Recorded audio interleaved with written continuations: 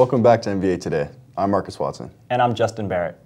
For all of our technology fans out there, Mr. Peretz and the programming team took part in the UCF Online Edition programming competition. For an update on how the team did, we sent a crew out to speak with some of the club members. Hi, Ms. Peretz. Can you talk about the programming competition scenes? Okay, the programming competitions are an opportunity for the programming team to show their stuff. It's basically think of Jeopardy squared. We're given logic problems and amount of time to solve them. And they can be from very easy to extremely difficult. And how does the programming team prepare for the competition this time? We meet every Friday, and we basically practice the art. I give everyone some logic problems to work on, and we work as a group, figuring out what the problem is, talking about what the solutions could be, and I try to make it as entertaining as possible. Whenever someone solves a problem, they get candy, or and we try to declare the ruler of the lab every week and things along those lines. Thanks, everyone.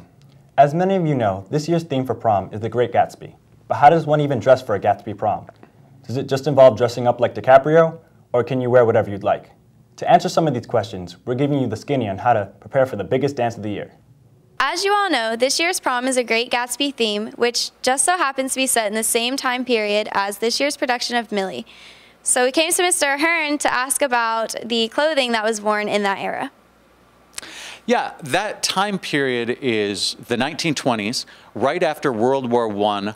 All of the social stigma was beginning to be relaxed at that time period. So the women started to wear their skirts much, much shorter. They started to cut their hair into a very short style, which was called the bob. And they started to wear more fashionable items such as jewelry. They would wear very long beads. Very much a party atmosphere for pretty much everybody. The men started to wear clothing that was less restrictive. The collars were not quite as high and as tight as they used to be. And in fact, most of today's modern male suits are based on what the men started to wear in the 1920s of that time period. Thank you, Mr. Ahern. Now you know, and knowing is half the battle. So speaking of prom, Marcus, what lucky lady are you taking prom? I'm not sure yet, but I'll let you know. We've noticed that the MVA equestrian team has been busy over at the barn and with plenty of competitions. But since we don't know too much about their sport, we talked to some of the team members to find out what goes on when they're in the saddle.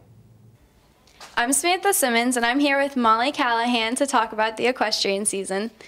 Molly, how's the season been going so far? It's actually been going all right. We're mostly practicing right now because our trainer was on maternity leave, but we're going to start up again soon. Okay, and how is it working with all of the horses? At this school, but some of them are in training. The more advanced you are, the harder the horses you're going to work with. So. And what do you do to prepare for upcoming competitions? We practice almost every day. We have a competition team that goes to compete, obviously. And yes. Yeah, so we have a competition coming up in 2 weeks, just to get us back into it. That all sounds really good. Good luck with that. Thank you for letting us interview you, and good luck with your equestrian season. Thanks. Cool stuff right there. Now for sports, we go to Jabari Newton and Nicole Cranberry. Our varsity baseball team played a game on Saturday against Trinity Christian High School and played yesterday against Bishop Moore High School. They play a home game tonight at 7 against University High School. They also play tomorrow at home against Trinity Prep. The lacrosse team plays their first game ever tomorrow away at Haggerty High School at 6. We wish you the best of luck. Our varsity tennis team played yesterday against Cornerstone Christian and play again today away against the Villages at 4:30. The track and field team will be competing at the Montverde Kiwanis Invitational this Friday, February 21st. The girls varsity softball team played yesterday against Lake Highland Prep, and they play multiple games on Friday and Saturday in a tournament in Panama City. And lastly, the girls JV softball team also plays tomorrow away against TFA at 4:30. Is that it? Another week of just reporting games and scores? How boring.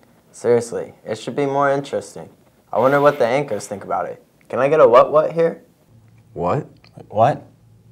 Exactly. Coaches, players, or fans, if you would like to help us to make the MVA Today sports segment a little more interesting, simply send us a message on Schoology and let us know what sports, players, highlights, or anything else relative to your games, like a winning play, the MVP, or something just completely embarrassing you would like to see included. I have one. I remember the start of season last year and football season was just finished, but the football lines were still on the field. So there was like too many lines and I just got confused. When the ball got hit back to me, I ended up picking the ball up about 5 yards outside the box. And the ref was like deciding whether to send me off or not, so I just like ran away from him. But I mean, it's whatever. Wow, that's embarrassing. Guess you kind of had to be there. Not as embarrassing as the sports report we just gave, but it's all a work in progress. Well, that's all for sports. I'm Nicole Cranny. And I'm Jabari Newton. Thanks, guys. So many people have been asking the big question. What goes on in Connor Bergen's head while he runs? For more on the subject, we went to the very insightful source of the great mind of Connor Bergen. I catch up that guy, what am I going to say to him? It's got to be smart and funny. What about Booyah? Nah, it's too 1998. Did I do the AAT homework for class today? Nah, I don't do homework. Should I go to assembly tomorrow? Nah, here it's overrated. Definitely going to Chick-fil-A. Wow. Mind blown. As we all know by now, we chose senior superlatives last week and the results are in. From the files of MVA Today's Student Affairs Department, here are some of the winners to show us how they hold true to their titles. You're athletic, right? Yes. How athletic?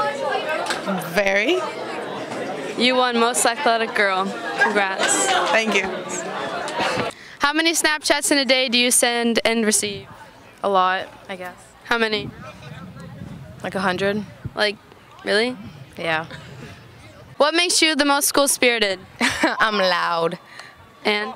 I get decked out in purple and gold. Can we see some of your dance moves? You guys already seen it at Mate and Mass and everything else. What's your opinion on being most opinionated? I keep it real. Not surprising at all. Now for a couple quick desk mentions. In preparation for Night for the Cure, the next 3 Fridays, Chick-fil-A chicken biscuits will be sold for $3 from 7 to 7:30 a.m. by the middle school building. This Saturday, there's a TOEFL testing taking place. Also Friday, we have a jeans day. The cost is $2.